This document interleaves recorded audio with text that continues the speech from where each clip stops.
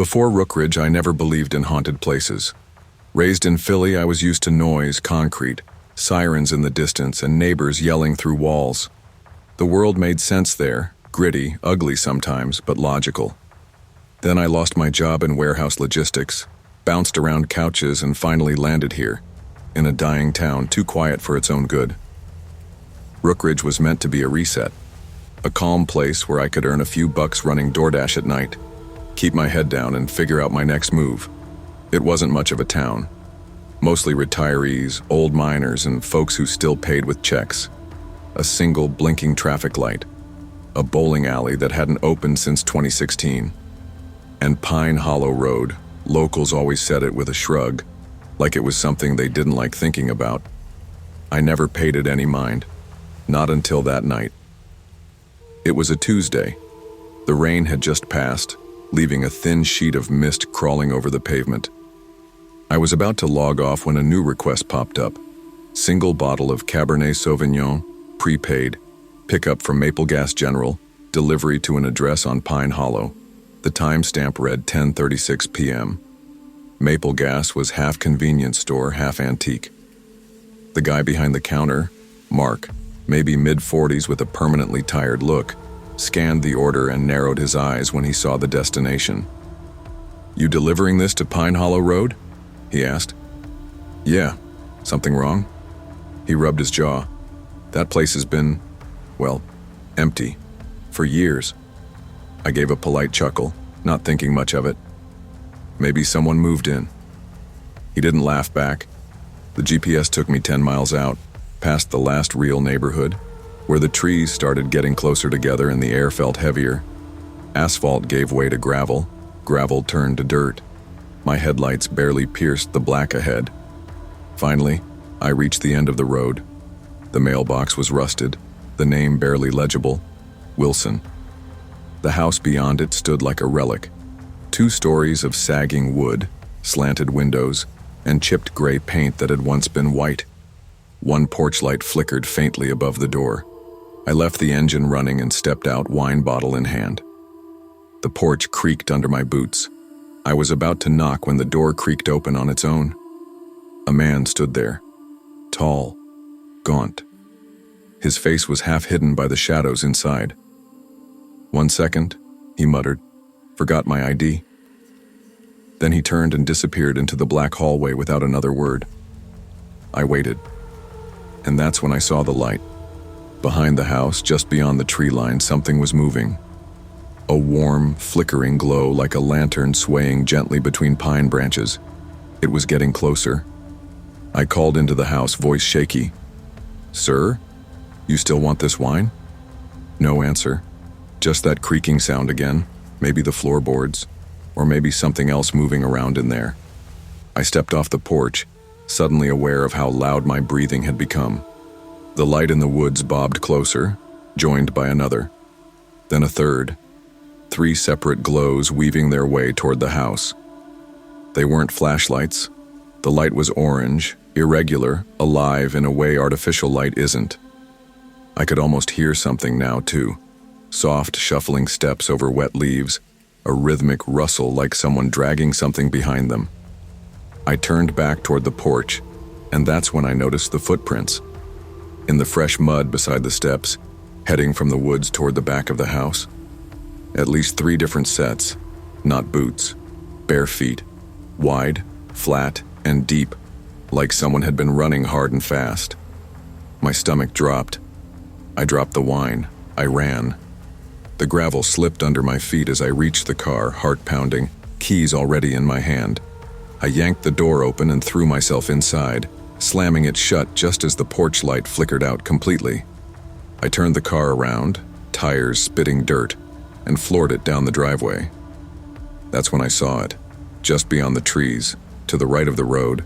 Someone was standing there. They were tall, unmoving, and holding a lantern. They didn't chase me, didn't wave, just stood there, watching. I couldn't breathe until I was back on pavement, well into the safety of the town limits. Back at Maple Gas, I burst through the door like I was being followed. Mark looked up from a worn magazine and frowned. "You all right?" I told him everything. The man. The lights, the footprints, the figure with the lantern.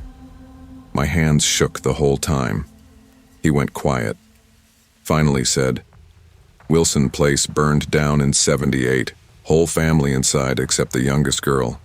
She was 8. House was a ruin last time I saw it. Still got no power." "But I saw the porch light on," I said. He didn't answer that. Just rubbed the back of his neck like he was trying to work something out. "People used to say they saw lights up there," he muttered. "Lanterns in the woods. We always figured it was kids messing around, or hunters. But there were stories, the kind you grow up ignoring."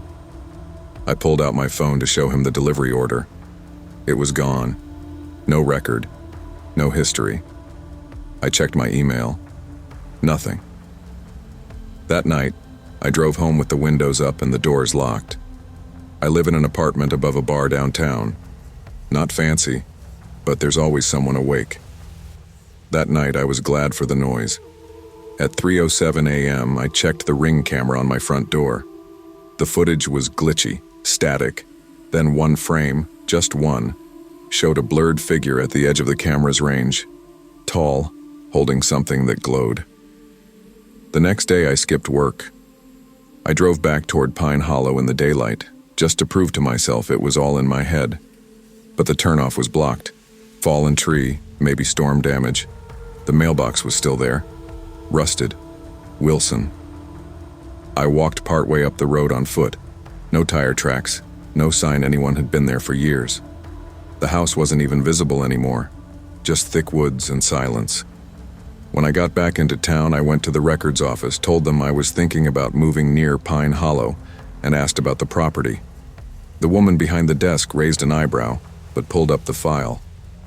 "Wilson House," she said. "Burned in October '78. No one's lived there since. Property is technically abandoned. Taxes stopped getting paid back in 1990. I pressed further. "Any survivors?" "Just the youngest girl. Name was Emily. Moved away after. Nobody around here's heard from her since." I don't know what I expected. Closure, maybe. Proof it was all a dream. But it wasn't. That night I got another DoorDash request. Same item, same time, different address. My building. I didn't accept it. I don't work nights anymore. Took a job stocking shelves at the grocery store. It doesn't pay as well, but I sleep better. Or I used to. Sometimes I still see lights in the trees from my bedroom window.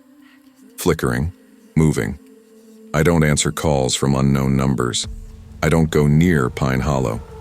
And I've never gone back to Maple Gas. People say ghosts are spirits trapped in one place. I don't think that's true. I think some things wait.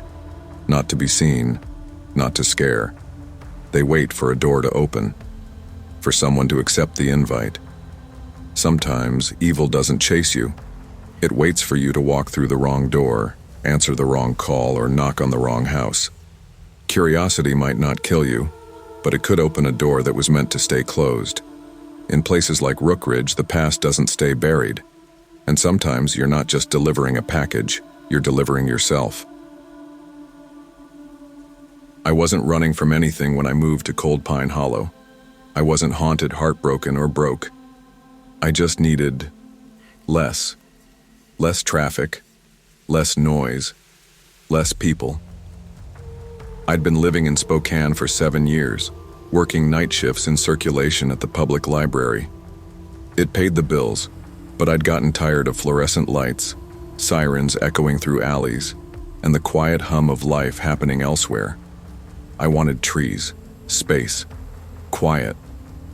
So I took a transfer to the Cold Pine Public Library, population 900 and change. Not even a stoplight in the whole town. I found a fixer-upper just east of town on Birchwell Street, near the old lumber yard.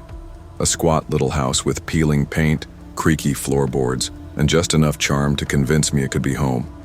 I figured I'd spend the winter inside fixing it up and the summer reading on the porch. For a while, things were simple. I kept a routine. Library from 9 to 5:30, groceries on Tuesdays, phone calls with my sister on Sundays. I didn't make friends, but in a town that small, people nod when they pass you, and that's enough to feel known. October came fast. On the 12th, a Thursday, the sky was already that soft blue-gray that tells you the sun's not coming back out.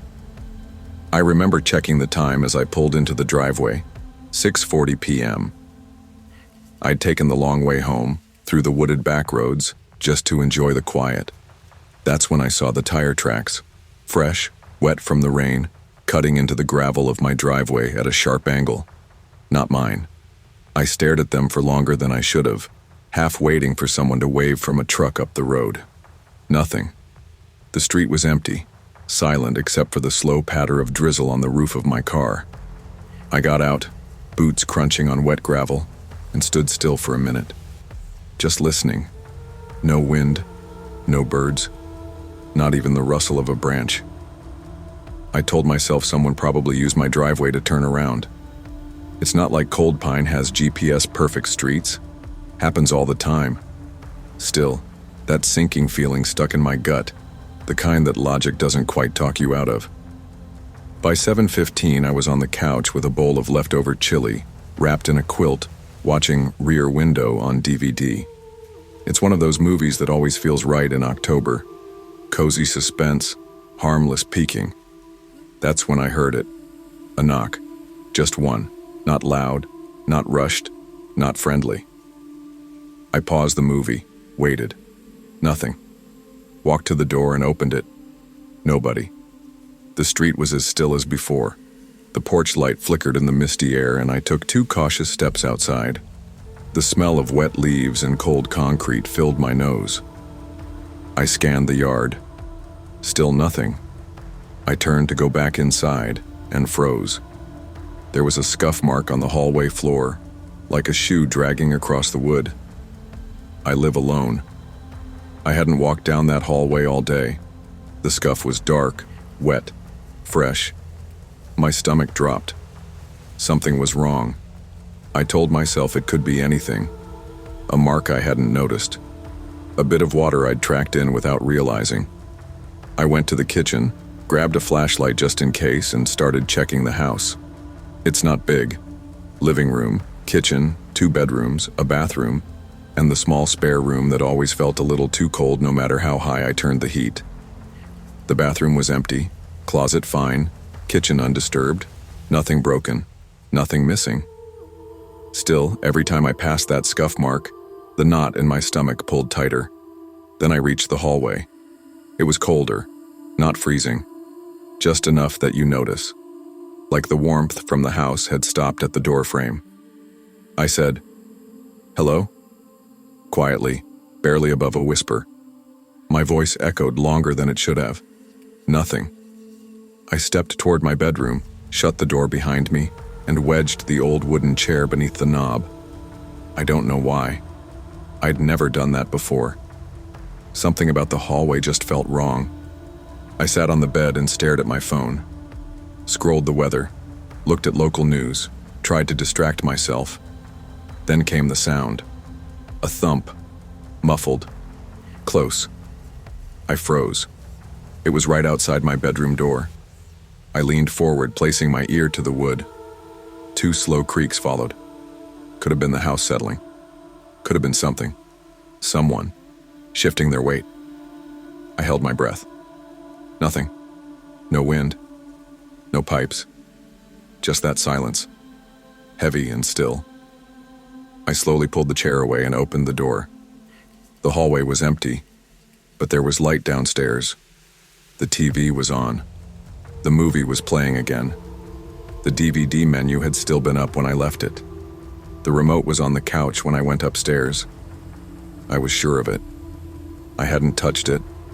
I gripped the flashlight tighter and crept downstairs. Each step groaned under my weight, making me wince like I was afraid to wake something. When I reached the bottom, I turned the TV off with the button on the set, left the remote where it was. Then I checked every door and window again, all locked, except one. The laundry room window, the one that always stuck. It was open, just a crack, enough for air, or a hand, or worse. I slammed it shut, latched it hard, and backed into the kitchen. My hands were shaking now, and the flashlight trembled as I pointed it toward the back door. Locked. I checked the basement door. Still sealed. I told myself to calm down, to be rational. If someone was here, they'd have shown themselves by now. Right? Wrong. I climbed the stairs again, slower this time, not wanting to make noise. I stopped outside the spare room. I hadn't been in there for at least a week, just storage and boxes I hadn't unpacked since moving in. The door was ajar. I pushed it open with the flashlight and scanned the floor. There it was, the TV remote, lying near the closet. I hadn't brought it up. I hadn't even opened that door in days. I didn't step in. I backed away, fast and careful. Then I ran. No shoes, no coat, just the knife I grabbed from the kitchen and the instinct to get away. I ran into the street and didn't stop until I saw my neighbor's porch light come on. Mr. Brooks, an old retired mechanic, came out barefoot with a baseball bat shouting, "You okay?" I couldn't answer. I just pointed back at the house. Someone's in there. The police showed up 10 minutes later. I sat on Mr. Brooks's porch wrapped in a blanket his wife gave me. I was shaking so hard my teeth ached. 2 officers went inside while a third stayed with me. I gave my statement, or tried to. Told them about the knock, the scuff, the open window, the remote. They didn't find anyone inside. But they did find muddy footprints, from the backyard to the laundry room window. And inside the bedroom closet, they found smudged, greasy fingerprints along the inside of the door, like someone had been holding it shut from the inside. I didn't go back in. The officer said it looked like whoever broke in might have assumed I wasn't home. They could have snuck in, realized I hadn't left, and just waited. Waited for me to fall asleep. Maybe that knock was just to test if I was gone. Maybe they panicked when I didn't answer fast enough. But that didn't explain the remote. Or the spare room. I stayed with a coworker that night. Slept on her couch with every light on and the front door double locked.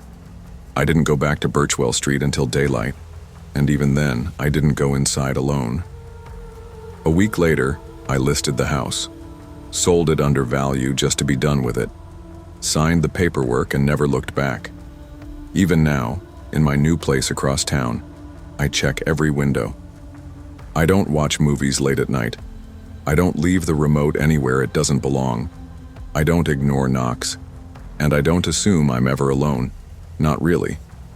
Evil doesn't always wear a mask or howl at the moon. Sometimes it wears wet boots and knows how to stay quiet. Sometimes it waits for the right window. Not every threat is supernatural. Sometimes, the scariest thing isn't what goes bump in the night. It's the thing that never makes a sound. Evil doesn't need to break your door down. Sometimes it slips in through the window and waits. Some towns are loud even in their silence. Willow Creek, Minnesota wasn't. It was the kind of town that whispered behind curtains, where secrets were passed like church bulletins and never written down. I grew up there, born and raised, one of those kids with a paper route at 12 and a rusted-out Ford by 17. Everybody knew everybody, which meant nobody ever really got away with anything. Or so I used to believe. It was the winter of '89, and I was a senior at Willow Creek High. Back then, my world was small. Hockey practice, homework I mostly copied off Andy, and long nights on the frozen lake behind my house. Our coach, Mr. Collins, taught junior history during the day and barked from the bench in the evenings. He was the kind of guy everybody liked, called us kiddo, like it meant something. He wore the same faded red parka every day from Thanksgiving to Easter, and he always smelled like burnt coffee and spearmint gum. March 7th started like any other, cold, gray, and slushy. I remember because that was the day the North Stars traded Mike Gartner to the Rangers, and the locker room was buzzing about it. Andy told me between pulling on skates that Sherry, my girlfriend since sophomore year, had told her best friend she was breaking up with me. Said I was too serious, too quiet. Maybe she was right. I finished practice with a pit in my stomach and a numbness that had nothing to do with the cold.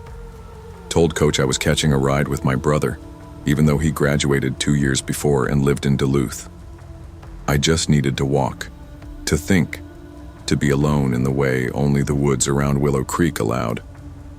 I headed out through the back trail near Madeline Point, a wooded ridge overlooking the lake.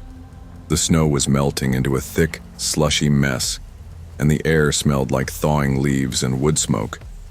I remember checking my watch, 4:40. That's when I heard it. 2 short honks from a car, not frantic, just there. I followed the sound out of instinct more than curiosity. When I crested a small rise in the woods, I saw the red pickup, Coach's truck, parked off the trail like it didn't want to be seen. The windows were fogged, engine off. I stopped and crouched behind a tree, unsure why I felt the sudden urge to hide. A few seconds passed before the passenger door opened. A girl stumbled out. It was Maria Lang. Maria was a sophomore. She ran track and was always scribbling in some spiral notebook between classes. Bright, kind, and invisible to most of the upperclassmen, except for the ones like me who still remembered what it was like to sit quietly at the edge of a cafeteria table. She looked wrong. Her steps were uneven, her balance off. She bent over and vomited into the melting snow, one arm braced against the side of the truck. I remember her Willow Creek hoodie, gray with blue lettering, damp at the sleeves, and the way she wiped her mouth with the back of her hand like a little kid who didn't want anyone to see she'd been crying. Then Coach got out. He was calm, too calm. He walked around the truck holding her backpack and jacket. His voice was soft, like he was talking her through a panic attack. I heard pieces. "It's all right. Deep breath, you're okay. No one's gonna know, kiddo." She didn't say a word, just took her bag and coat like it was routine, like she'd done it before. I didn't move, didn't breathe. I stayed there long after they drove off, the tire tracks cutting through the snow like an accusation. I kept asking myself if I'd just seen what I thought I'd seen, and worse, why it felt like I already knew the answer. By the time I got home, my fingers were numb and my socks soaked through. I barely ate dinner. When Mom asked if something happened at practice, I said no. When she kissed my forehead and said, "You're so quiet lately," I said I was just tired. But I didn't sleep that night. I kept quiet for a week. At school, everything looked normal. Maria showed up on time, turned in her homework, even won her round at the debate meet on Thursday. The halls buzzed with spring break plans and ACT prep. Nobody mentioned Coach Collins's red pickup. Nobody else seemed to notice how Maria's hands shook when she tied her shoes before gym. I convinced myself I'd misunderstood. Maybe she drank too much. Maybe he was just helping. Maybe I wanted to believe that, because the alternative was worse. But the guilt festered. It wasn't just what I saw. It was the way no one saw it but me, and how easy it was for everyone else to ignore something they hadn't been forced to witness. I couldn't carry it anymore. That Sunday night, I told my mom. I said everything. About the walk, the woods, Maria, the truck. Her face changed halfway through. She didn't interrupt. Just sat there with her cup of tea going cold. "I'll talk to her parents," she said finally. No emotion, just a tired promise. 2 days later, Maria stopped coming to school. The morning announcements didn't mention her name. No note from the office, just absence. Coach still showed up, still whistled through practice, still called us kiddo with that same half smile. No one said a word. 3 weeks later, she died. It was a single-car accident off Route 12. Sheriff said she likely swerved to avoid black ice. Hit a tree head-on. She was gone before paramedics got there. Her funeral packed the church, closed casket. Her father broke down twice during the service, and the choir sang "Abide with Me," like that was going to make it better. Nobody talked about what happened in the woods. Nobody brought up what I saw. It was like Maria had been erased and replaced with the memory the town preferred. Coach didn't come. He took a leave of absence. Stress, they said. 2 months later, he moved out of state. I left Willow Creek the day I turned 18. Didn't say goodbye to anyone. Didn't go to prom. Just packed my things and drove until the town's name disappeared from the rearview mirror. Now, decades later, I live 3 states away, have a wife and a daughter who just turned 16. And still, sometimes I search Maria's name online late at night. Nothing ever changes. The police report calls it an accident.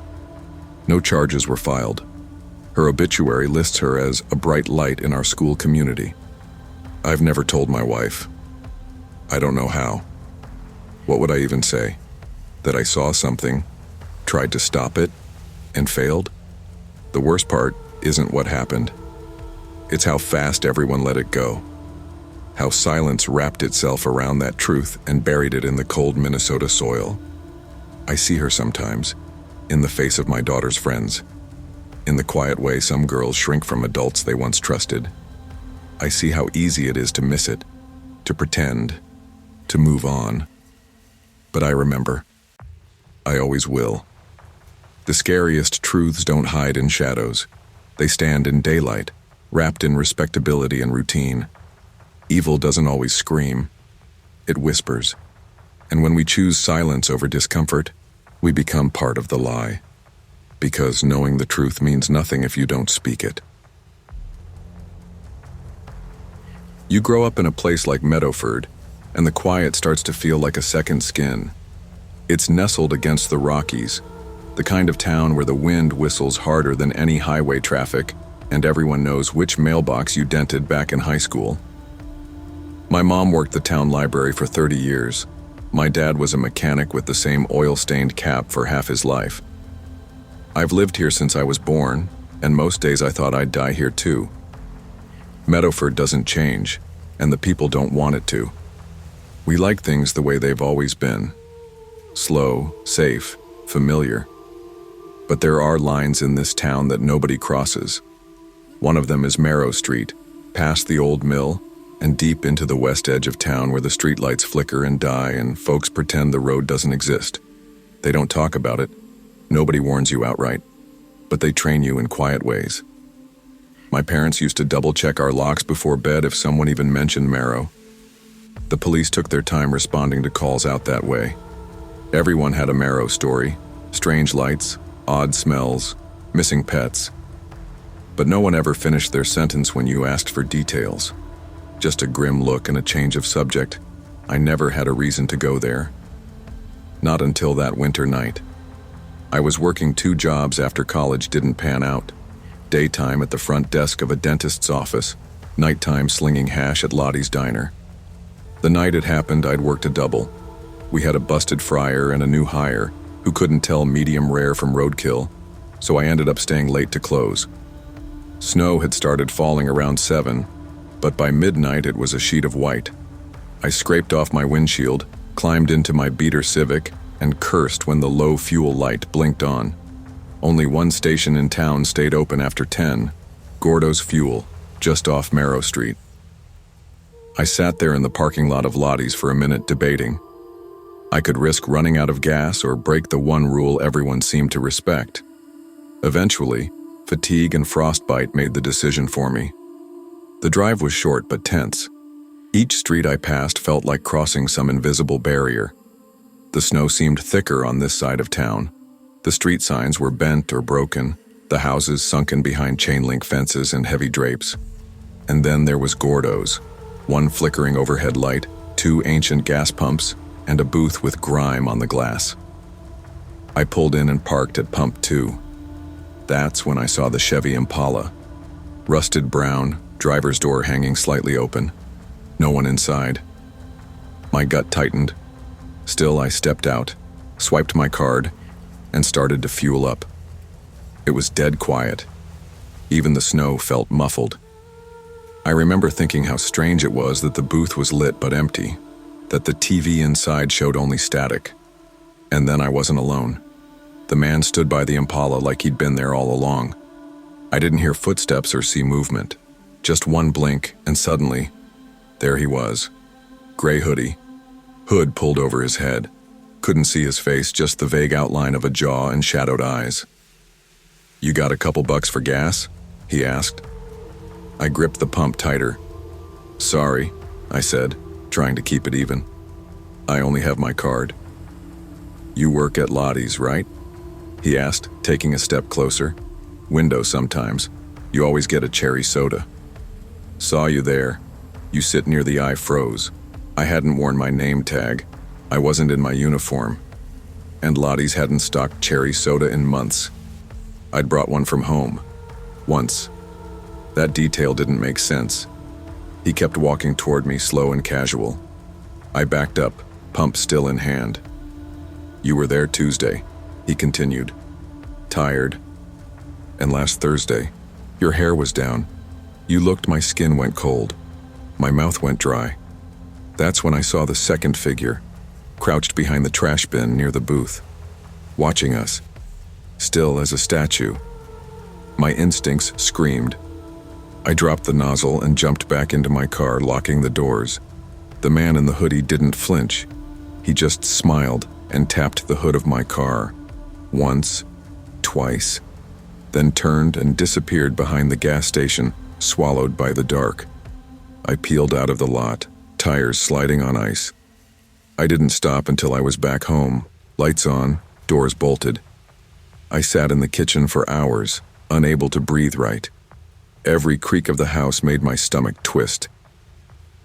The next morning, I told my boss I needed the weekend off. Said I was sick. That wasn't a lie. Something had watched me for weeks, maybe longer, and I had no idea what it wanted. Sleep was near impossible for days. I kept checking the windows, jumping at every car that passed. I even drove to Gordo's in the daytime to make sure it was still there, half expecting to find it gone. But there it was, quiet, crumbling, forgotten. When I told Lottie what happened, she went pale. I'd have called a tow before I stopped there at night. "Gordo's been bad news for years," she said. I asked her if she recognized the man from my description. She didn't. But she did say something strange. "We haven't had cherry soda in stock since October." I blinked. "You sure?" "Zara," she said, "you brought one from home that one night. Sat near the window, alone." She remembered, which meant he really had been watching me. From where? I went to the police station next. Officer Triggs, one of the few decent ones in town, took my statement. "Yeah, we've had a couple complaints about that area," he said, scratching his head. "Trespassers, squatters, a few break-ins, but never anything like this." Mostly when I asked about the Impala, he said it matched a vehicle reported stolen last month.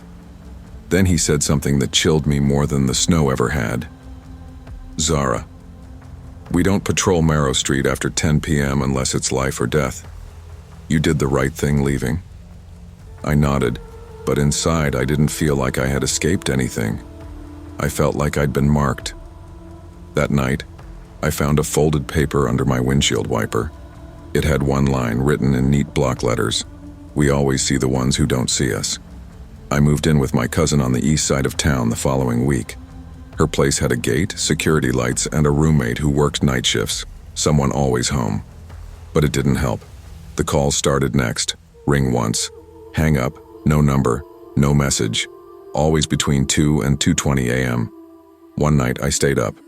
Watched my phone. At 2:12 it rang once. I answered immediately. Silence. No static. No voice. Just a faint humming sound, like an old engine idling in the dark. I slammed the phone down. When I checked the caller ID history, it said the number had originated from inside Meadowford. Worse, from my old neighborhood. That weekend I left town. Packed a bag, told no one, drove 6 hours to stay with an old college friend in Montana. 3 days later, I got a call from Lottie. "You sitting down?" she asked. Gordo's fuel had burned down. Whole place went up in flames around 3 a.m. No obvious cause, but during the investigation, 2 burned bodies were discovered near the back shed. One was a man, one was a woman, unidentified. No wallets, no ID. The only surviving detail, an empty cherry soda can found inside the booth. I never went back to Meadowford. I mailed my resignation to Lottie, sold my Civic for cheap, and started over in Billings. Took a desk job, found a therapist, tried to live like it hadn't happened. But even now, some things never changed. I kept a full tank of gas at all times. I never drove unfamiliar roads at night. And I never answered calls after 2 a.m. I don't know what was waiting on Marrow Street. I don't know if it was just people or something worse. All I know is that once you look too closely at the dark in a place like Meadowford, the dark starts looking back. And it never forgets your face. Never ignore instinct. When something feels wrong, it usually is. There are places in this world where danger doesn't wear a mask. It waits patiently, learns your habits, and strikes when you're too tired to fight back. Not every threat is loud. Some tap quietly on your hood and smile. This happened in 1985 in a dusty little town called Red Rock Hollow, Kentucky. Population? Around 600 on a good day. Blink and you'll miss it on the state map. But I lived there, grew up in it. And one September, everything we knew about each other started to unravel, one letter at a time. I was 15 that year, a skinny kid with too much hair and too little patience, counting the days until I could leave Red Rock Hollow behind. I lived with my mom, Beverly, and my stepdad Thomas in a ranch house that always smelled like smoke and something fried. Mom ran the town's post office, small place, 3 windows, 1 sorting room, and I helped her out on weekends for pocket money. That Saturday, September 14th, started like any other. Warm morning sun, cicadas buzzing, the kind of lazy air that made even the dogs sleep through it. I was in the back sorting packages when I heard the front door slam open and someone's voice crack like glass. "This ain't funny, Beverly." It was Mrs. Hoffman, hair in curlers, face flushed, holding an envelope like it had bitten her. She slapped it on the counter. "I know you didn't write it," she said, shaking. But who the hell would? The letter was typed. Clean, precise. No return address, just her name in neat black letters. Inside was a single page detailing her late husband's gambling debts, names of his poker buddies, how much he owed each of them. He died 2 years ago in his sleep heart attack. Everyone thought he was a good man. Turned out he'd been hiding thousands in debt. Mrs. Hoffman left in tears. My mom sat real still for a long time after that, staring at the counter like it might whisper something. By Tuesday, 4 more letters had shown up. Dr. Bailey, our town dentist, got one accusing him of stealing pain meds from his own cabinet. Ms. DeWitt, a teacher at the high school, had her long-dead affair with a married man dragged into the light. There was no pattern, no motive, just pain. Accurate, surgical pain. People started whispering, looking at each other sideways. Nobody trusted the mail anymore. My mom, usually sharp-tongued and bossy, got quiet. I caught her checking the mailroom twice after closing, locking the cabinets even though nobody else had keys. Sheriff Ed McQuaid came around the next day, asking questions. Said it could be a prank, but I could tell even he didn't believe that. My mom handed over the envelopes. They were postmarked from different drop boxes. Knoxville, Hazard, even Middlesboro. Whoever it was knew how to cover their tracks. "Maybe it's someone who moved away," she said that night over dinner. "Knows the town inside and out." "Someone who still?" Thomas shrugged. "Neighbors. Or someone still here. You don't need to move away to hate your..." But I watched the way my mom's hand shook when she sipped her sweet tea. That's when I realized she was scared. And my mother didn't scare easy. It was Thursday when the envelope showed up for my mom. She found it first thing in the morning, pale gray. The kind of envelope that looked expensive, even fancy, which made it worse somehow. I was standing by the toaster about to butter a piece of bread when I heard her draw in a breath and say nothing. She just stood there, eyes locked on the paper like it had claws. "You okay?" I asked. She didn't answer, just tore it open, hands trembling. Her cigarette dropped ash onto the floor. I watched her read it, eyes darting, mouth tightening, skin going paler by the second. Then she folded it carefully and set it down on the counter. Walked to the back porch and lit another cigarette. That's when I picked it up. It said that my father, My real father hadn't abandoned us like I'd always been told. He'd tried to gain custody, hired a lawyer, sent letters, all of which had been stopped, intercepted, by someone. My throat went dry. "You lied," I said when I joined her outside. She didn't look at me, just stared out at the yard. "You lied about everything." "I did what I had to," she said quietly. "Deserve to be fathers. There's things you can't understand. Some men don't, but he tried."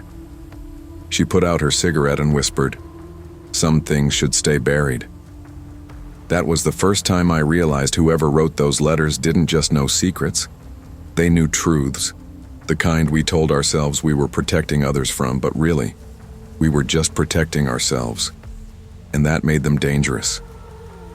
2 nights later, I woke up to the sound of shattering glass. I ran into the living room. My mom was already standing in her robe, barefoot, staring at the broken window. Wind blew in through the jagged opening. A rock lay on the floor, and taped to it was another envelope, damp with dew. My stepdad grabbed the bat from behind the door and stormed outside, but there was no one. This letter was short.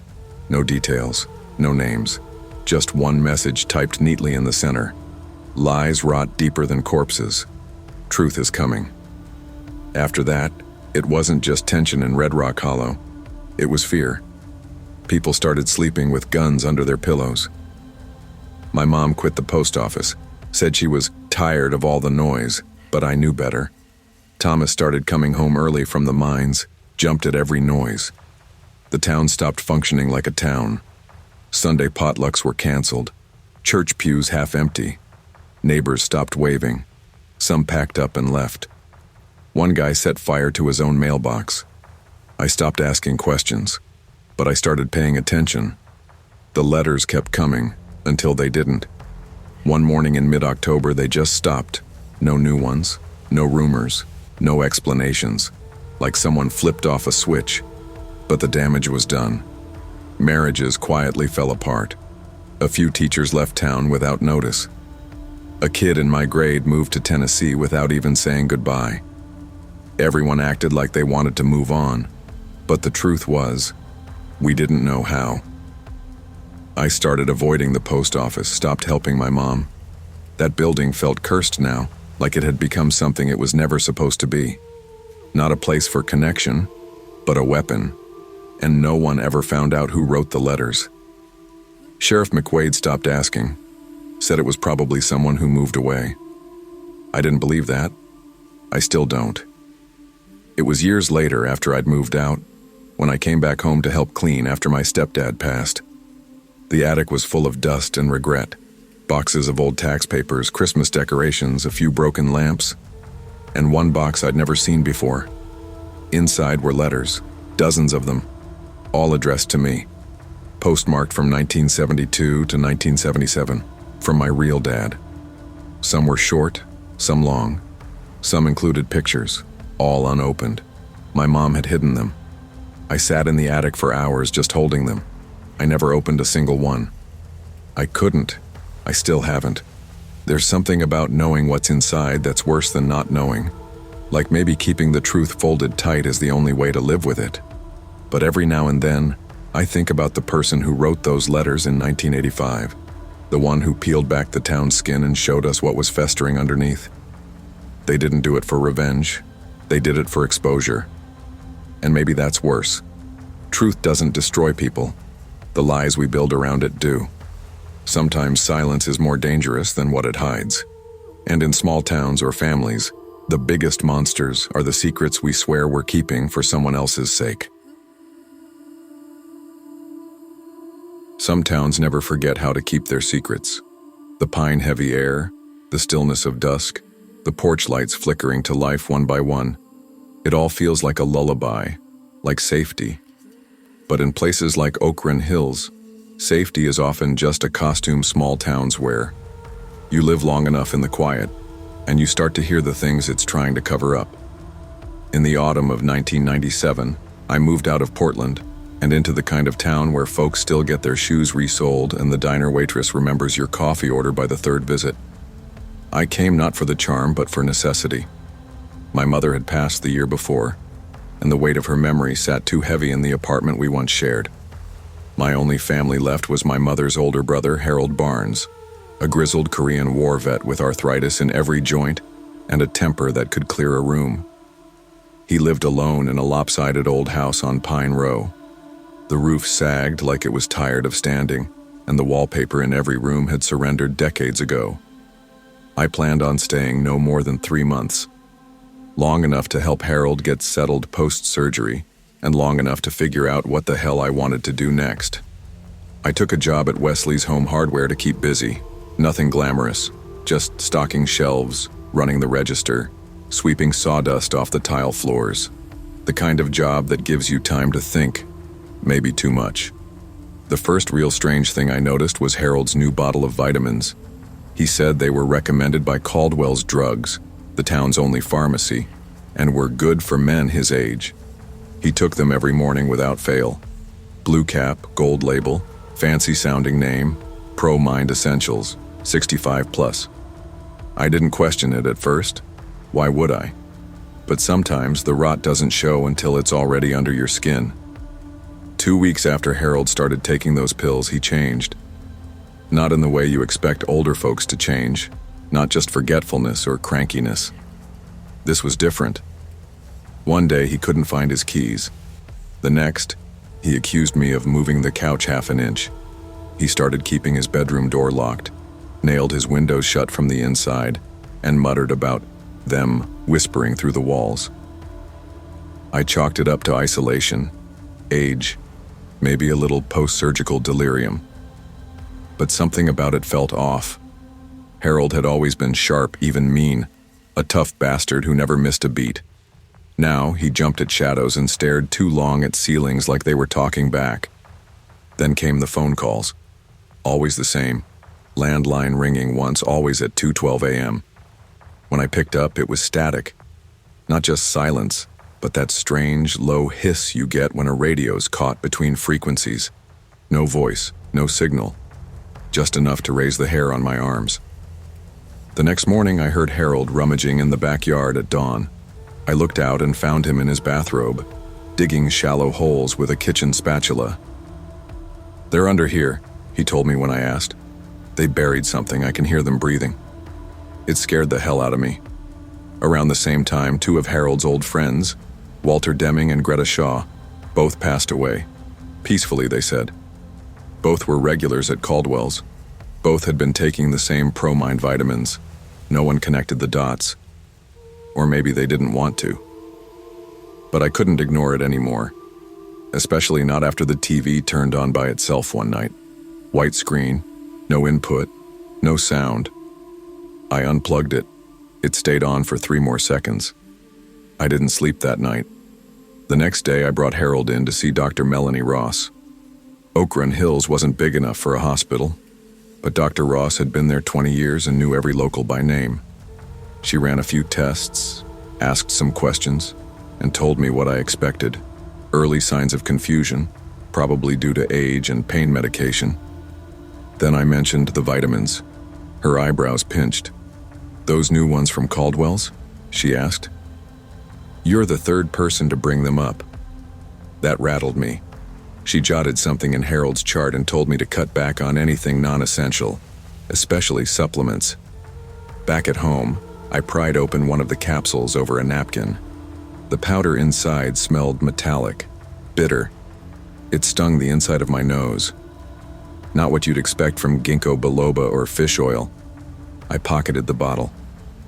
That night, I went through old newspapers looking for anything I'd missed. In the Oak Run weekly obits, I counted 7 deaths in the last 2 months, all elderly, all with clean health records, all listed as dying peacefully at home. Something clicked. I called Caldwell's and asked about the vitamins. A young woman answered. I told her I was calling for details about the manufacturer. She paused too long. "They're private label," she said. "We only carry them here. Mr. Caldwell handles that stuff." I asked to speak with him. She hung up. I drove out to the county coroner's office 30 miles away in Red Pine. Said I was doing research for a family history project. It was a stretch, but I was desperate. After an hour of waiting and a bit of bad coffee, I got 5 minutes with Morton Crane, a tall man with tired eyes who looked like he hadn't had a real day off in months. I asked about Greta Shaw and Walter Deming. At first, he deflected, but when I mentioned the vitamins, his shoulders sagged like a balloon losing air. "You're not the first to ask," he said. "You didn't hear it from me, but we found trace levels of a compound called silbatrine in both of them, pulled from clinical trials in '95, messed with the brain. Hallucinations, memory collapse, cardiac shutdown. Then how the hell? Shouldn't be in circulation. Someone's making it, or found an old stockpile." He slid me a printed sheet. Toxicology results. The word silbatrine was underlined. This stuff isn't supposed to exist. I didn't go home right away. I sat in the parking lot with the windows down and the papers in my lap, trying to wrap my head around it. If Mr. Caldwell was behind this, if he was selling these pills and pushing them on seniors, how many people had already died? How many were next? I made an anonymous call to the sheriff's office, told them everything, sent the documents, mentioned the pharmacy's billing department and the possible forged signatures I found in Harold's insurance files. Within 24 hours, Mr. Lenford Caldwell was in custody. Turns out he'd been targeting elderly customers without family close by, encouraging them to sign over power of attorney for medical emergencies. He'd slipped silbatrine into those blue capsules and filed life insurance claims when they passed, all with forged documents and fake signatures. The deaths had looked clean. The pills were never tested. Until now. Harold never went back to normal. He stopped the vitamins, yes, and the worst of the hallucinations faded, but something inside him stayed brittle, like something had cracked and didn't know how to heal. He'd sit by the front window most evenings, staring past the streetlights, muttering, "Always come back. They find new doors." I left Okran Hill 6 months later, took a job in Eugene, new town, new life. But sometimes I still get a call late at night. One ring. No number. No voicemail. Just that familiar silence on the other end of the line. I throw out every free vitamin sample I get in the mail, because the scariest part of what Caldwell did is knowing he was probably not the only one. Evil doesn't always come with a mask or a weapon. Sometimes it comes in a bottle labeled wellness, sold by someone you've known your whole life. Always ask questions, especially when the answers are too quiet. There's something about abandoned snow that feels louder than silence, a white hush so complete it makes your thoughts echo. Vale Hollow, Idaho, is built into that hush, a small town of fewer than 3,000 people, hemmed in by forests and long, cold winters. I arrived there in January 2023, after everything ended. My job, a relationship, and the life I thought I had figured out. I rented a craftsman-style house on Birch Loop Drive, 2 bedrooms, stained glass windows, an old fireplace, and good bones, according to the landlord, a retired teacher named Mrs. Drennan who lived across the street. My neighbors were pine trees. My company was remote work and coffee. The only noise came when the snow fell heavy enough to bend the branches low. Then the snowstorm came, lasting days. I didn't leave the house for 3 days straight, but that window of isolation cracked when I saw them, footprints in the snow, leading from the tree line toward my bedroom window. No exit trail. That's when I realized something had come to look at me while I slept.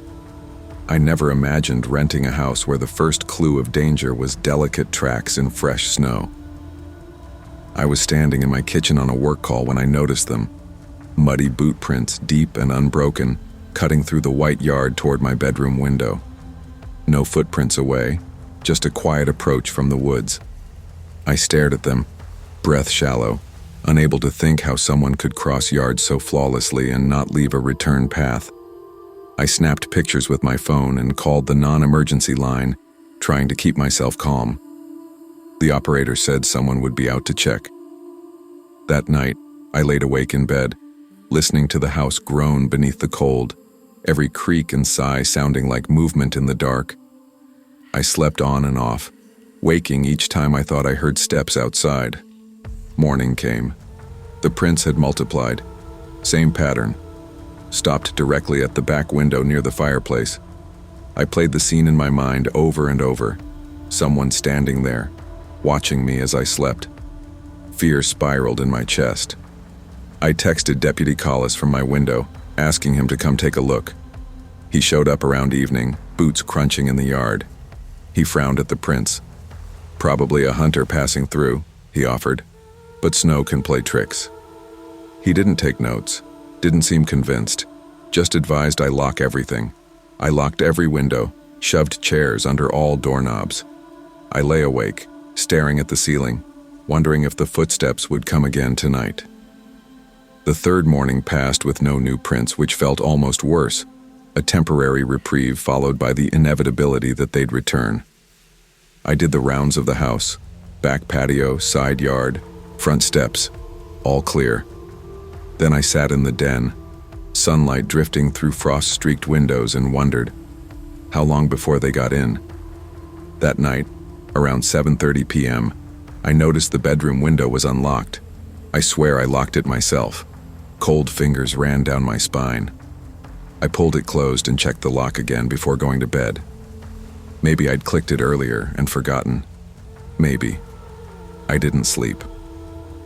At 3:11 a.m., the floorboards in the hallway creaked with slow, deliberate steps, not random settling, human pace. I stopped breathing. The closet door in my bedroom whispered open, just a soft shift, a rustle in darkness, then silence. Morning came cruelly fast. Exhausted, I crept into the closet, empty. My winter jacket was missing. I turned toward the floor where wet footprints dusted the carpet, inside the closet where I'd hung my coat. Someone had been inside while I slept. Someone had touched my belongings. I called the police again. When Deputy Collis returned, he searched the house thoroughly. In the attic crawl space above my bedroom, they found it. An old sleeping bag, granola wrappers, a dead disposable phone. Someone had been living in the house, nights, days, watching. The discovery felt surreal, a stranger moving silently through my sanctuary. The police identified him as a drifter, someone who escaped a psychiatric facility last fall and vanished into the mountains. But they couldn't find him here again. He disappeared like he wasn't ever there. I didn't blame Collis. He said they'd done the best they could without concrete evidence beyond the creeping horror of signs. I stayed only a few more days, packed up under gray skies, shook snow from duffel bags, and drove away before dawn. The lease ended. I lost my deposit. I didn't care. I refused to let the house claim a piece of my mind. On the drive out of Vale Hollow, I stared at my reflection in the rearview. I muted the radio and thought of the prints. Silent visitors crossing the snow just long enough to show me they'd been here. Not just outside. Inside. When I wasn't awake. Moving out didn't erase the fear. I began sleeping with a light on for weeks. I checked every closet before entering. I kept my window locked even in summer. Anxiety clung like a second skin. Sometimes, nights later, I swore I heard footsteps in the silent hum of my apartment. Sometimes I woke and thought I felt a shape under my bed. It might have been guilt, maybe instinct. But it was real enough to chase me to therapy sessions and endless paranoid glances. More than anything, I learned this. If something unsettles you, no matter how subtle, you have to trust it. A leaf shifting in your rear view, a flicker in the corner of your eye. Don't dismiss those moments. Sometimes your mind warns you better than your senses can catch up. I live now in a busier city, far from pine trees and snowdrifts, but I still carry the photos in my phone's album. Prints in the untouched snow, pointing inward, not away. They remind me that fear isn't always loud. It isn't always a shadow in the corner. Sometimes it's footsteps you never hear until someone's already been inside. I never did see the man again. They never found him. Vale Hollow stayed behind me. But what he left inside those walls stayed inside me longer. A caution.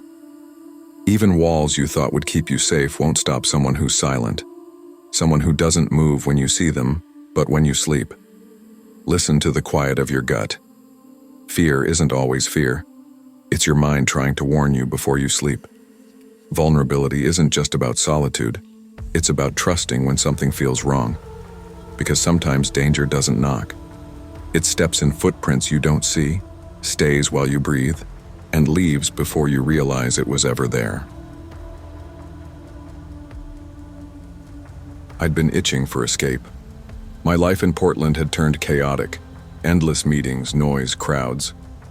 When Max, my older brother, asked if I'd house-sit his cabin out on Elk Brush Road and keep an eye on Cooper, his Labrador mix, I jumped at the chance. Max's place was 10 miles outside Alder Ferry, a scattered town of just over 1,000 souls, nestled amid dense pines and wildlife trails. There's logic there.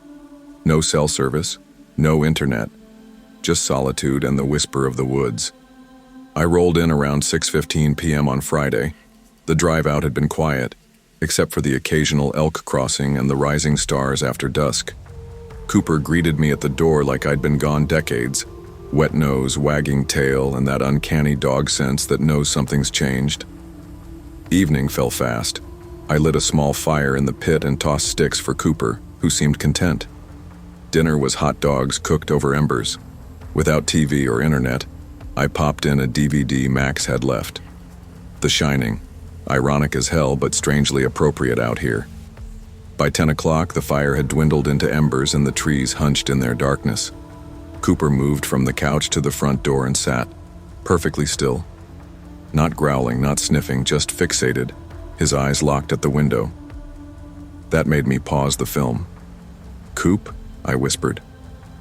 He didn't move. I peered through the window. Nothing but dark pines. The porch light flickered once, then steadied. Still, Cooper didn't break focus. Something felt wrong. I stepped out in bare feet, shutting the door gently behind me. The forest air was damp. The pine needles hissed underfoot. Still nothing. I closed the door and locked it again, thinking a raccoon or deer must be near. But Cooper never moved. He never blinked. I grabbed Max's flashlight, swept it around the cabin exterior, and saw nothing. Midnight came, and with it an uneasy stillness. I made my way to the kitchen for a glass of water around 12:36 a.m. That's when I heard it. A tapping, hollow and deliberate like someone drumming their nails. It came from the back window above the sink, high enough most people couldn't reach without stepping up. I froze. The handle was locked. I was sure of it. Probably just a branch, I told myself. But the night held unnerving silence. The tapping stopped when I shut off the light behind me. Seconds later came a frantic bark, not from inside, but straight through the locked front door. Cooper's barking shredded the silence. I whipped around. The front door stood open, dead-bolted moments before. The screen laid inside. My heart hammered. I shouted Cooper's name, and he bolted through the darkness outside. I grabbed a fire poker and the flashlight. Barefoot, terrified, I chased after him. The beam bounced through crooked trees. Branches cracked overhead. No dog, no movement. Just dense night. 10 minutes passed. 20. Then, a bark pierced the air from high on the ridge. Cooper emerged from shadow between trees, shaking, eyes wide, not running straight to me, scooting close, scared. We stumbled back to the cabin. I barred the door again, shoved a dresser in front, locked windows, hearts pounding. Cooper paced. I sat in the doorway holding his leash, watching the forest warp beyond the porch light. I didn't sleep. He didn't sleep either. The cabin echoed with silence. First light seeped into the interior around 5 a.m. My limbs felt stiff, mind muddled. I grabbed my phone, but there was no signal out here. I packed a duffel, locked the cabin as best I could, and drove back to Alder Ferry in a daze. I visited the ranger station near the Tall Pine Preserve entrance. I told him what happened. Cooper's behavior, the tapping, the open door. He frowned. Cabin 12's been broken into twice this year, he said slowly. Both times nothing stolen. Doors left open. One camper reported feeling like someone inside the house when he returned later. My stomach nodded. He added, the frame. Back window? Some folks noticed scratches, long, fine marks like fingernails. On the ranger's voice dropped. Take. Just stories. No one lives out there year-round. There's nothing for thieves to. I felt exposed. The scratches, the tapping, the open door. It made my skin crawl. Max didn't reply at first when I texted him. Then he said he'd come get Cooper soon. He later told me he didn't care about the trip. He was done staying out there overnight. A few weeks later, Max sold cabin 12. The realtor said the sale was quick, a local buyer paying cash. I know why. Nobody wants empty cabins near Tall Pine once they get the idea someone's watching. My dreams still flicker with that tapping at high windows. I hear it when I'm drifting off. Tap, tap. Then Cooper's frantic bark chasing shadows outside. I wake mid-scream, sweating. Sometimes I drive out Elk Brush Road during the day just to see it. The cabin sits dark, boarded windows, curtains drawn. Nature is creeping back in. Ivy climbs siding, pine needles blanket the porch. A quiet goodbye. I still miss the quiet sometimes, but I can't go back. Not really. That weekend taught me that silence isn't always safe, that sometimes doors open on their own, that things in the woods don't need to take what's yours, they just need to show they can. I've since moved into a small house near town, with cell service and streetlights. Cooper loves it. He still flinches when doors tap, even softly. I don't blame him. I learned something fundamental in that cabin. Isolation offers access, and fear doesn't need to show itself. Sometimes, it just taps. In the quietest places, the most unsettling dangers can lurk. Evil doesn't always steal or shout. Sometimes it taps softly at the window, opens the unlocked door, and watches you run. And often, the bravest act is to leave, even when everything seems calm. Tucked up in Wyoming County, West Virginia, the town isn't big enough to have its own Walmart, but it's got enough broken mailboxes and peeling porch swings to let you know it's been around a while. People wave at strangers, gossip at gas pumps, and lock their doors by 8 even if they won't admit why. The shadows here move different. They stick. I came to Sycamore Ridge in early 2022, right after the ink dried on my divorce papers. I didn't need friends. I didn't want explanations. I just wanted to disappear into somewhere nobody asked questions. I rented a one-bedroom house just past Elkhorn Road.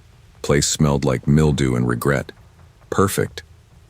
To pay the bills, I took up driving for Uber at night. Wasn't much traffic out here, just bar closers, truckers, and the occasional college kid too high to drive home. Most rides were quiet. Some tried to chat. Some just stared out the window like I wasn't even there. But that night, the one I'm going to tell you about, it was different. Because sometimes a ride doesn't take you somewhere. Sometimes it brings something to you. It had been raining steady since dusk. Not a storm, just one of those long, soaking mountain rains that feel like they're washing the skin off everything. By midnight, business was dead. I was parked in the Walmart lot with the wipers squeaking, nursing a gas station coffee and listening to Alan Jackson on low volume. It was either that or silence, and I'd had too much of that already. At 1:47 a.m., a ping came through. Pickup, Mason Hollow Road. Now, Mason Hollow was one of those roads folks didn't go down unless they lived there. A winding, narrow stretch past cattle farms and thick woods. No streetlights, no shoulder, just gravel, trees, and the occasional no trespassing sign shot full of holes. I hesitated. Bad signal out that way. The kind of place GPS starts guessing and then gives up. But 20 minutes of no rides had me desperate, so I swiped accept and started driving. The rain thickened as I turned onto Mason Hollow. Fog hugged the hills like smoke. My phone buffered halfway down the road, map freezing, signal bars dancing. By the time I pulled into the pin location, I wasn't sure where I was anymore. The clearing was empty. No porch lights, no mailbox, just woods pressing in on all sides. I kept the hazards on and waited. That's when I heard the tap. It came from the rear passenger window. Soft. Too soft for someone trying to get out of the rain. I jumped, heart in my throat. Before I could even lean over, the door opened. A man slid into the back seat. He was soaked to the bone, wearing an old army green coat that hung off him like it belonged to someone bigger. No hat, no bag, no phone. He sat in the middle seat, dead center, hands in his lap. "You Travis?" I asked. The man didn't answer, just muttered, "Drive east till I say stop." His voice was rough, but calm, a little hoarse, like it hadn't been used in days. I glanced at the app. The fare isn't confirmed. It won't start without a destination." He leaned forward slightly. "Cancel the ride." I turned in my seat, uneasy. "You sure?" "Please," he said, quieter this time. "Just cancel it." I did, and just like that, it was no longer a ride. Just a man and a driver heading east into a part of the county that barely showed up on maps. We drove in silence. He didn't ask for the heater, didn't complain about the wet clothes, just sat stiff, centered like a statue, eyes forward but not quite focused. I stole glances at the rear view. Every time he was exactly the same, head up, hands still, like he was bracing for something. I tried small talk. "Bad night to be walking," I offered. "Nothing." "You live out this way?" Still silence. I cleared my throat. "Turn." "I'm just going to keep following Sycamore Road unless you tell me where to," he spoke then. "You'll know when." That didn't help. Rain lashed the windshield. My tires hissed against wet pavement. The fog was thicker now, turning the world outside the car into a gray smear. I felt like I was driving through a dream or maybe a memory. Either way, it didn't feel real. Then I noticed something. He wasn't tracking the drive. Most passengers watch the road or their phones, but he was looking at nothing, like he already knew the way. "Been a long time," he whispered. "What has?" I asked, more out of instinct than curiosity. He didn't answer. We passed an old wooden sign, Sycamore Fields, faded white paint barely visible. He leaned forward. "Here." It was a turnout near an abandoned barn I'd seen once or twice during daylight hours. Place looked like it hadn't seen a shovel or human foot in years. Overgrown fence, collapsed roof, weeds taller than my hood. I pulled over. The man didn't move right away. Then he opened the door slowly, stepped into the rain, and stood beside the car, just staring at the barn. "You be careful," he said without turning. "Not everything that leaves here stays gone." And then he walked off into the trees behind the barn. I watched until I couldn't see him anymore. I drove back slower than I'd ever driven before. I checked the back seat at every stoplight, my mirror every 10 seconds. I kept thinking I'd see him again, sitting right where he was, quiet and soaked, asking me to drive just a little farther. The next few nights, I avoided Mason Hollow, didn't pick up any more late-night rides. I told myself it was the weather, the roads, but it was him. 3 days later, I stopped at the corner cafe for coffee and overheard two deputies talking. A local boy, Travis Keene, had gone missing from Mason Hollow, 17, last seen Thursday night around 2 a.m. My heart froze. That was the night I picked up that passenger, and that was the name on the Uber request, Travis Keene. But the man I picked up wasn't a teenager. He was 30, maybe 40, same name, different face. I showed the deputies the app screenshot, the canceled ride. They took it seriously, asked questions, took down my statement, then nothing. No follow-up, no return call, and no sign of Travis. A month later, I drove back to that barn in daylight. I don't know why. Maybe I thought I'd find a clue. Maybe I just wanted to prove it was real. The road looked different in sunlight, smaller, less threatening. But the barn was worse. Up close, the wood was black with rot. Graffiti covered one wall. Old beer cans littered the ground. But there was something else. On the door, scratched into the wood deep and messy, were 4 words. Don't bring him back. I got in my car and left, drove until I reached the state line. I moved out of Sycamore Ridge a few weeks after that, found work out west, took a job that didn't require strangers in my back seat. But the story doesn't end there. Every so often I'll check the rideshare forums. Weird stuff gets shared sometimes. Glitches, passengers who vanish mid-ride, drivers who swear they picked up people who weren't alive. Last year someone posted about a pickup in West Virginia. Guy in a green coat, middle seat, no destination, just said, drive east. That post got deleted within hours. And me? I still see that barn sometimes in my dreams. Still hear the wipers.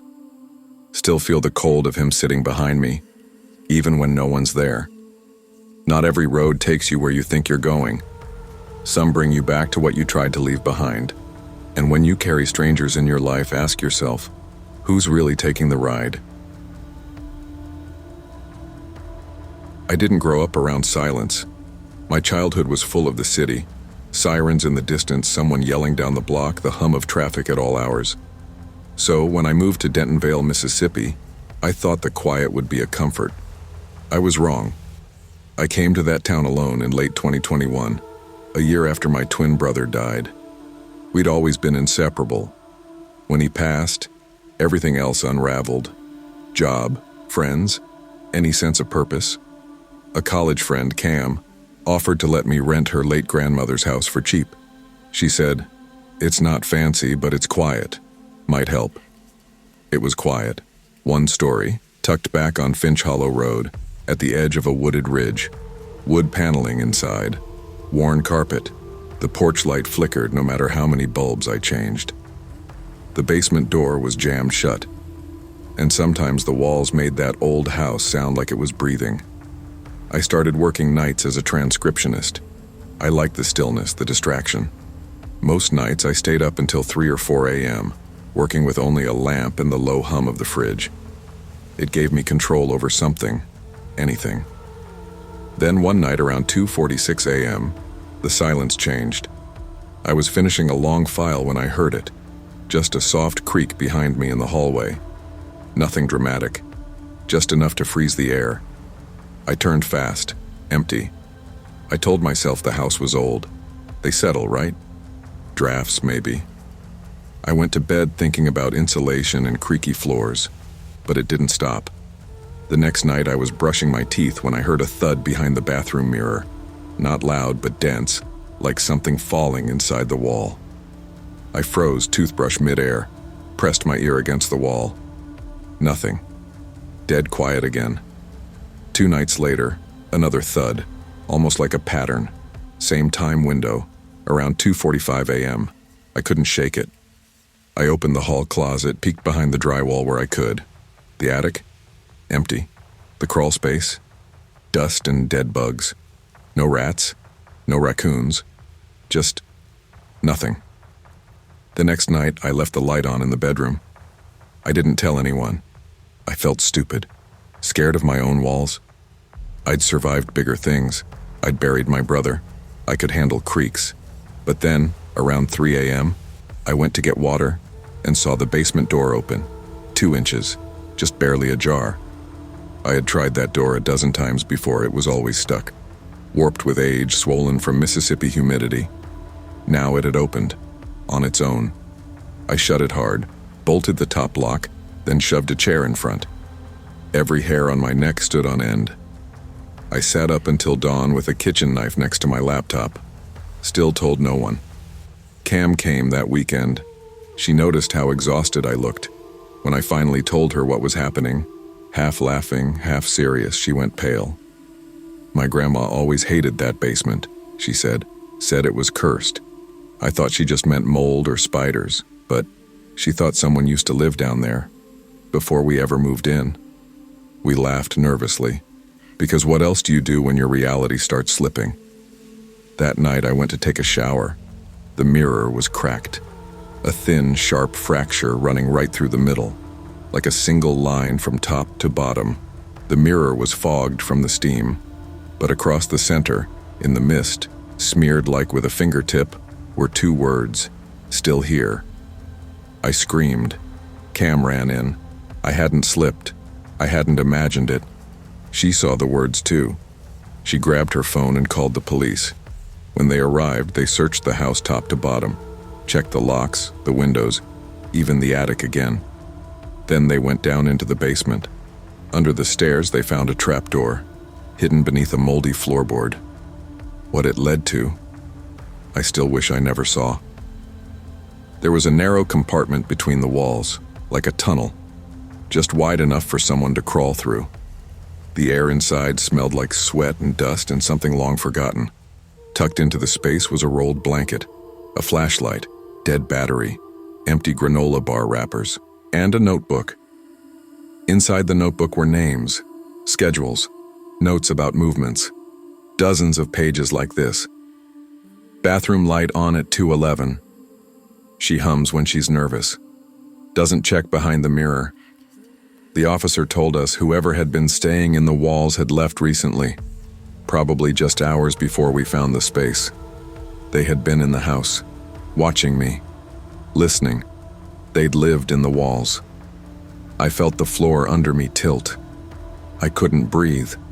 The notebook had things in it, phrases I remembered saying out loud, things no one else knew, things I whispered in the dark when I thought I was alone. I moved out that week. I didn't wait for the lease to end. Cam understood. I left furniture behind. Didn't care. I live in a 3rd-floor apartment now. No basements, no crawl spaces. But even now, when the house settles a certain way or the mirror fogs over, I freeze. I don't sing to myself anymore. I barely speak in my apartment when I'm alone. That's what haunts me most. Not the crack in the mirror, not the thuds in the wall. It's that I stopped being able to trust silence. Some people don't haunt houses. They haunt you. They learn your routines. They memorize your voice. They sit behind the drywall while you mourn and whisper things back in the steam. And worst of all, when they leave, you never know if they really did. When something feels wrong in your home, don't dismiss it. Trust your instincts even when they make you feel crazy. It's better to be wrong than to live side by side with danger you refuse to see. Because silence doesn't always mean safety. And sometimes the scariest things don't knock. They wait.